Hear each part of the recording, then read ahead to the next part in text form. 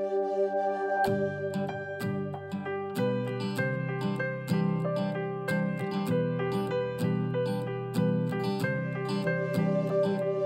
hangin na humahaplo sa aking mga balat, ito ay nagmumula sa iyo.